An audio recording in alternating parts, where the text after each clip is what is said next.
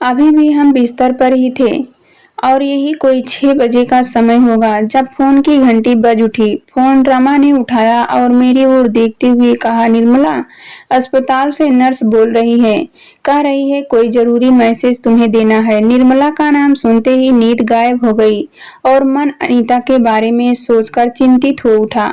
Nurse ने वही कुछ कहा जो मैं सोच रहा था। वह रात को कोमा में चली गई थी। मुझे चिंतित देख रमा ने पूछा, क्या बात है, सब ठीक तो है ना? नहीं, सब ठीक नहीं है, मैंने कहा। कल रात से वह कोमा में चली गई है, नर्स कह रही थी। अब वह कुछ ही घंटों की मेहमान है। वह मौन हो गई। उसे मौन देखकर मैंने कहा, क्या सोचने लगी? क्या यहाँ उसका कोई अपना नहीं है? लोग कह रहे थे कि उसकी बड़ी बहन और जीजाजी यहाँ रहते हैं। हाँ, मैंने कहा, हम जब पहली बार मिले थे उस समय वह अपने जीजाजी और बड़ी बहन के साथ ही रह रही थी। पर इधर कुछ दिन हुए उन लोगों के बारे में जब मैंने जिक्र किया तो कह रही थी कि उसकी बड़ी बहन नम्रता अब इस दुनिया में नहीं रही और उसके जीजाजी दूसरी शादी कर मॉरिशस चले गए। नम्रता को कोई बच्चा वगैरह नहीं था, इसलिए उसका अपने जीजाजी से अब कोई संबंध नहीं रहा है। क्या सोचते हो? सोचना क्या है? यहाँ उसका कोई रिश्तेदार या जानने वाला है नहीं, इसलिए उसका अंतिम संस्कार हम लोगों को ही करना पड़ेगा, ऐसा लगता है, कहकर मैं उसकी ओर देखने लगा। उसने इस पर कोई प्रतिक्रिया व्यक्त नहीं की। कई वर्षों के बाद अनीता 6 महीने पहले गोरे गांव के ओबेरॉय मॉल में मिली थी, लेकिन वह पहले वाली अनीता नहीं थी। पहले से बिल्कुल अलग, उलझे सफेद बाल, सूखा चेहरा और धसी हुई आंखें। मैं तो पहचान ही नहीं सका था उसे, पर वह हेलो कहकर मेरे सामने आकर खड़ी हो गई थी। कैसी हो? मैंने पूछा। ठीक हूँ, तुम कैसे हो? कुछ विशेष नहीं, कह सकती हो सब ठीक है, मैंने कहा। और बच्चे? एक 4 साल का लड़का है, अमित नाम है उसका, बहुत सुंदर है, बिल्कुल अपनी माँ पर गया है। सुनकर वह कुछ असहज हो गई। उसे असहज होते देख मैं दूसरी बातें करने लगा।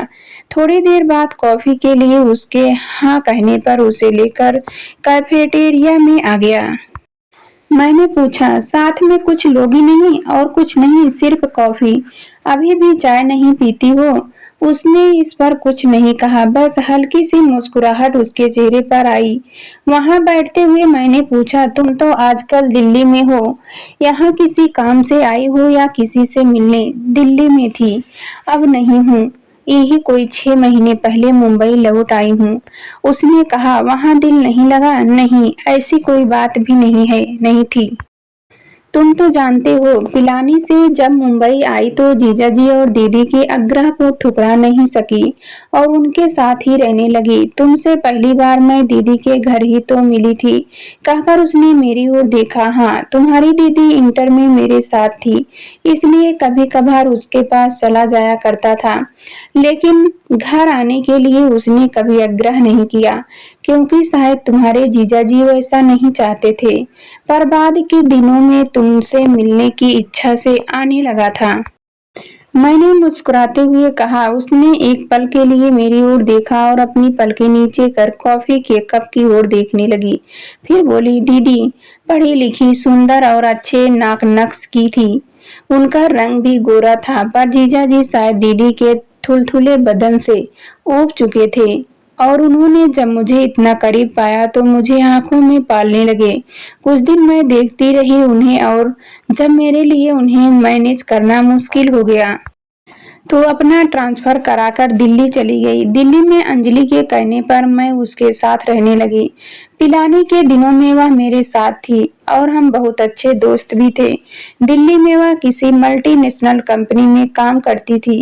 अंजलि खुले स्वभाव की और स्वतंत्र विचारों वाली थी और अपने मित्रों से, जिनमें पुरुष अधिक थे, वह सदा घिरी रहती थी। रात में वह बाहर ही रहती अथवा देर से आती। उसके जाने के बाद शुरू के दिनों में मैं अपने कमरे में बंद हो जाती। वैसे उसने कभी अपने साथ चलने के लिए मुझसे नहीं कहा, पर मैं ही एक दिन अपने अकेलेपन से ऊब गई तो उसके साथ जाने लगी। वहां की दुनिया बड़ी ही रंगीन थी। कुछ दिनों में ही मैं उस रंग में रंग गई। अच्छा खाना, बढ़िया ड्रिंक और रोज एक नया चेहरा। फिर मेरे कब पंख निकल आए पता ही ना चला। मैं खुले आसमान में उड़ने लगी। लेकिन शरीर पर जब कुछ चर्बी चढ़ी तो कल तक मेरी मुस्कुराहट पर बिछने वाले मुझसे कतराने लगे। उसमें कुछ स्वाभाविक नहीं था। नए चेहरों की वहां कमी नहीं थी और हमारे संबंध कोई भावनात्मक तो थे नहीं जो कोई किसी के बारे में सोचता या उसके लिए दुखी होती। ये सब तो मेरी जरूरत बन चुकी थी। ऐसे में क्या करती?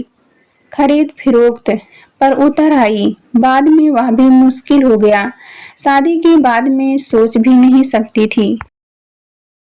प्रोलप्स की सर्जरी में सबसे पहले रिमूव करवा चुकी थी और कोई तो वहां था नहीं। अंजलि अपने बॉयफ्रेंड के साथ ऑस्ट्रेलिया सेटल कर गई थी और जो वहां थे वे मुझे अच्छी नजरों से नहीं देखते थे। क्या करती और किसी जगह को जानती नहीं थी, इसलिए मुंबई लौट कर आ गई।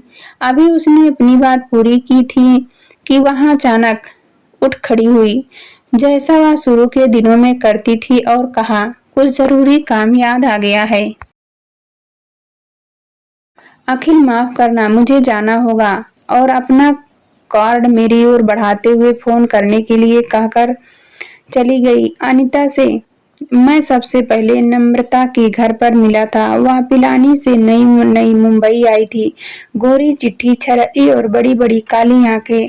वेस्टर्न ड्रेस में, विशेषकर जींस और टॉप में वह बहुत स्मार्ट लगती थी। उस दिन जब मैं पहली बार उससे मिला तो अपलक अपने को मुझे देखते हुए उसने कहा था, क्या देख रहे हो? बहुत सुंदर लगती हूँ, मैंने हंसते हुए कहा था। हाँ, बहुत सुंदर लग रही हो, रंभा से भी अधिक सुंदर। झूठ नहीं, यह सच है। और उसके बाद एक दो बार मिलने पर मन में उसके प्रति प्रेम का भाव अंकुरित हो उठा। वह अस्वाभाविक नहीं था। वह सुंदर तो थी ही, पढ़ी लिखी भी थी, पिलानी से ग्रेजुएट थी और एक मल्टीनेशनल कंपनी में काम करती थी। उस दिन घर आई तो मैंने कहा, चलो आज कहीं बाहर घूमने चलते हैं, वहीं कहीं खाना खा लेंगे और तुम्हें घर भी छोड़ दूंगा, ठीक है? पर हम पहले लॉन्ग ड्राइव पर जाएंगे और उसके बाद तुम यहाँ चाहो मुझे लो चल सकते हो। उसके बाद हम पहले लॉन्ग ड्राइव पर गए। रास्ते में एक दो जगह रुके और बाद में बांद्रा के बैंड स्टैंड पर आ गए। वहां बहुत देर तक इधर उधर घूमते रहे। वह दिन रविवार था। बैंड वाला कोई मराठी धुन बजा रहा था। कुछ समय घूमने के बाद हम समुद्र के किनारे एक पत्थर पर आकर बैठ गए। वह समुद्र की लहरों की ओर देखने लगी। हवा तेज थी और लहरें बहुत ऊंची उठ रही थी, पर दिन का उजाला सिमटने लगा था। मैंने कहा, क्या देख रही हो? कुछ बातें करो अपने मन की। उसने मेरी ओर देखते हुए कहा, नहीं, आज तुम्हारे मन की बात सुनने के मूड में हूँ। मेरे लिए एक अच्छा अवसर था। मैं कुछ कहने के लिए सोच ही रहा था कि बीच में डाव वाला आ गया और बिना कुछ कहे एक डाव और दो एक्स्ट्रा रख कर चला गया। एक इस्त्रा उसे देते हुए मैंने पाया कि वह अपनी बड़ी बड़ी आंखों से मुझे देख रही थी और उसके होठों पर मुस्कुराहट थी। बाद में हम इस्त्रा बदल बदल कर साथ साथ डाब पीते रहे। डाब खत्म होने पर इस्त्रा को पर्स में रखते हुए उसने कहा, इसे अपने पास रखूंगी। यह अधिकार मैंने पहली बार किसी को दिया है। हम वहाँ बहुत देर बैठे रहे। उसके बाएं हाथ को अपने हाथ में ले उसकी उंगलियों को सहलाते हुए मैंने कहा, कुछ कहो ना। नहीं, आज और कुछ नहीं। तुम भी कुछ ना कहना। कहती ही वह मेरे कंधे से आ लगी और मेरी उंगलियों से खेलती रही। हम बीच खाली होने तक वहां ऐसे ही बैठे रहे। कोई बात नहीं हुई। मैं सिर्फ अपलक उसे देखता रहा और वह आंखें बंद किए मेरे कंधे से लगी रही। उसके बाद हम एक रेस्टोरेंट में आ गए। खाने के समय हमारी कोई बात नहीं हुई, बस एक दूसरे को देखते रहे और एक दूसरे के बारे में सोचते रहे। उसे घर छोड़ जब चलने को हुआ तो उसने पास आकर कहा, पहुंचकर फोन करना। मैं उस दिन बहुत खुश था। खुशी संभल नहीं रही थी मुझसे। उसके कुछ दिनों के बाद वह दिल्ली चली गई। हमारा संपर्क शुरू के दिनों में रोज का था, बाद में धीरे धीरे वह कम होने लगा और एक दिन उसने फोन रिसीव करना बंद कर दिया। मन बेचैन हो उठा। पर उन दिनों कंपनी के काम से मलेशिया में था, इसलिए चाहकर भी उससे मिलने दिल्ली नहीं जा सका। उधर माँ की तबीयत ठीक नहीं चल रही थी। बहू देखने की उनकी बहुत इच्छा थी। उनकी बात मान ली और रमा से मेरी शादी हो गई। रमा बहुत सुंदर थी। उसकी सुंदरता के आगे मैं अनीता को भूल गया। 2 महीने पहले एक दिन उसका फोन आया। कहने लगी, तुमसे मिलना चाहती हूँ, कुछ जरूरी काम है। नहीं ना कहना, अभी तो मैं ऑफिस जा रहा हूँ, कुछ जरूरी काम है। आज शाम को ऑफिस से लौटते वक्त अवश्य मिलने आऊंगा। उस दिन ऑफिस जाते हुए रमा से मैंने कहा था, शाम लौटते हुए अनीता से मिलने की सोच रहा हूँ। उसका फोन आया था, कह रही थी कुछ जरूरी काम है, आने में देरी हो सकती है, खाना खा लो। ऑफिस से लौटते हुए उस दिन जब अनीता के फ्लैट पर पहुंचा तो अंधेरा छा चुका था। कॉरिडोर में बहुत कम लाइट थी। किसी तरह उसके फ्लैट के दरवाजे तक पहुंचकर मैंने बेल बजाई तो उसने कहा, भीतर आ जाओ, दरवाजा खुला है। भीतर गया तो देखा वह खिड़की के सामने खड़ी बाहर की ओर देख रही थी। मैंने पूछा, क्या देख रही हो? अंधेरे को। मैं समझा नहीं।